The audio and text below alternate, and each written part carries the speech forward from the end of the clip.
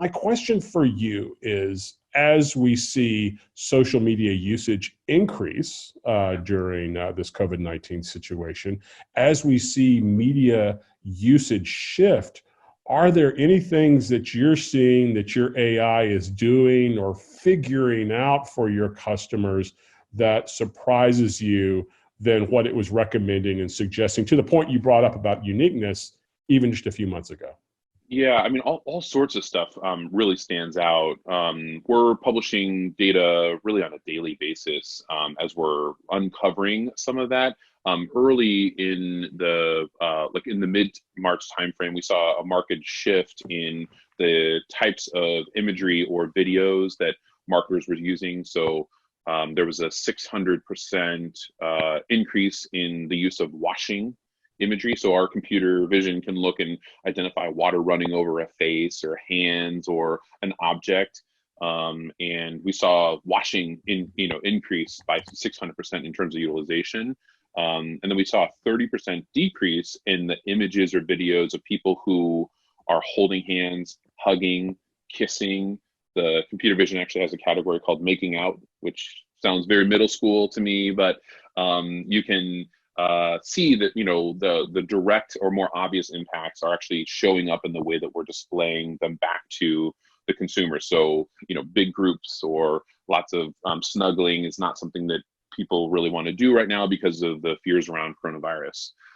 But more surprising things did have come out. So on the recipe side, I was just digging, and we published some data looking at what's going on in the food world. So there's a 313% increase in the cost per click for ads that show or mention protein, as well as, because cost per clicks are way down, right? So CPMs are way down, CPCs are way down. So social advertisers can take advantage of that, but we're seeing some categories actually tick up. So for like a sausage or a Johnsonville prod or like a meat provider, those cost per clicks are going up. For protein, for recipes, and it's 30% up for healthy or copy that mentions the word healthy. We actually have seen some interesting trends on sugar, alcohol, the presence of alcohol. The one that's actually kind of was surprising for me, but kind of not given where we are, is that iPhones or phones in general are up over 2,000% in their utilization. And it's kind of a sad thing that now 39% of ads on social have a computer or a phone in them. And so we're in this isolation tank at home. And so advertisers are trying to speak to us as we are, which is we're in front of a computer screen, we're in front of a phone, we're not outside, we're not in groups, we're not at festivals, concerts, bars, that type of stuff. Instead, the situation we're in is, art reflects life type thing. And so now 39% of ads have that electronic device, which feels like even more isolation. From your vantage point, we know, as you said, that all ad costs are down. CPM, CPCs, just average, 30-second, ad units, all down right now. Are you finding, and certainly within social, that means you can get more bang for your buck. You're gonna get more impressions, more clicks, more views for that same dollar.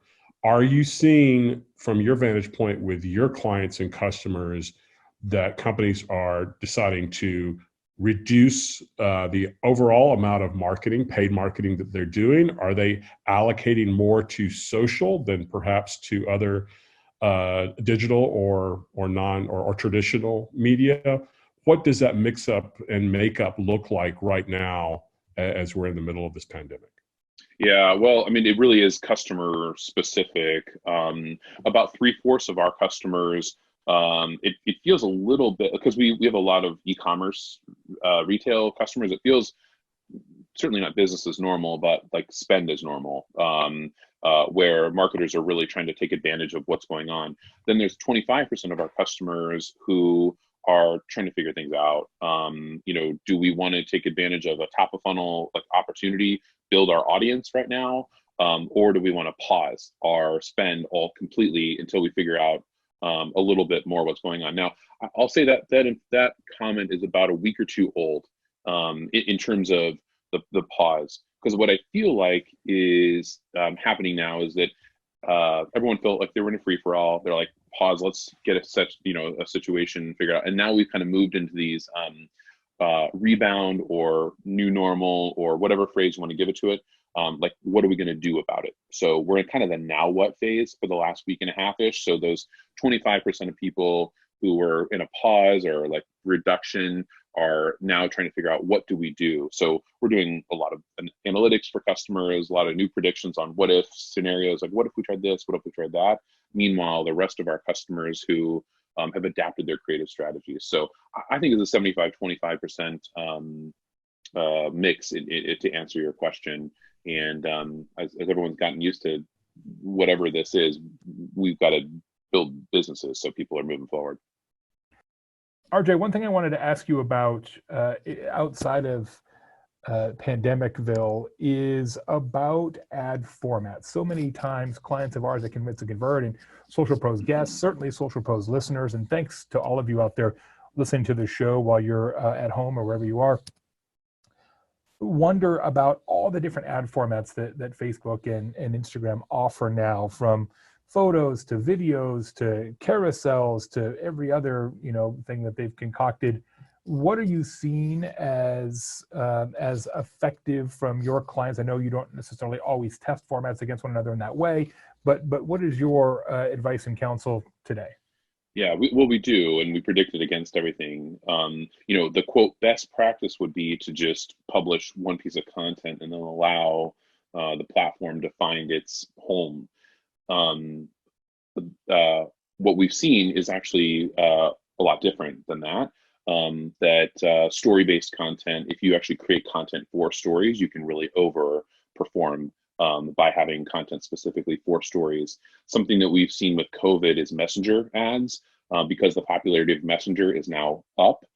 Messenger ad optimization or content optimization specifically for messenger also is a giant opportunity that some marketers are taking advantage of. The other thing that's interesting is that there's kind of a reverse mobile effect here, where desktop versus mobile, we used to think, we'll just publish once and then have it applied across desktop and mobile.